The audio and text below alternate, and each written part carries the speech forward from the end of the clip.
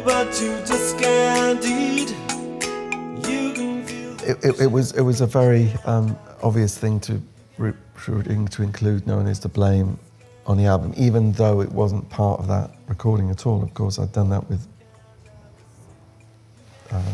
with Phil Collins, and it was nothing like the sound of the one-to-one album. However, it was a hit in between the two albums, so it really was obvious that it should be part of it because people would be looking for it on the new album. So I was completely happy with that. And as we were making the album, it's another one of those things.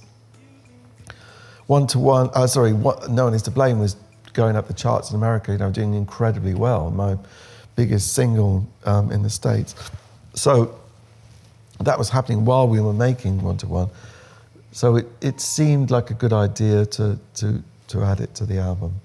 The version on Dream Into Action is quite stark and sparse, and a lot of the fans think that's the way that track should be done. I always thought it could be a big radio song, but not in that version. It was too sort of left field for that. So we experimented with Rupert and Steve on a more radio-friendly version of it, but Rupert doesn't think like that. He thinks about presenting the song in its most sort of arty form, and he's not. But I suppose I was a bit more. No, I think we could do like a really good radio version of this. That was coming from me. I'd worked with Phil on the Princess Trust things, and we got on really well. I mean,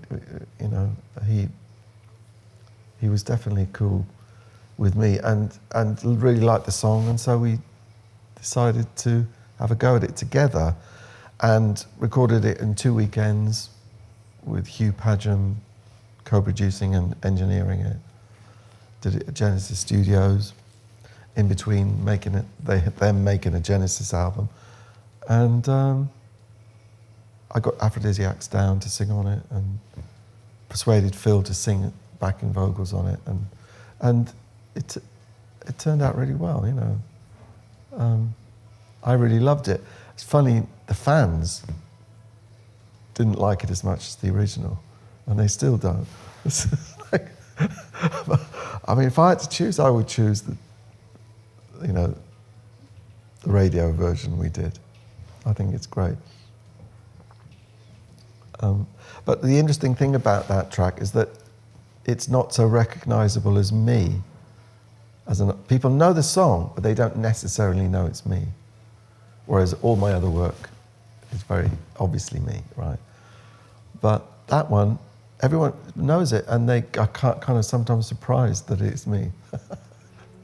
So you never know, do you?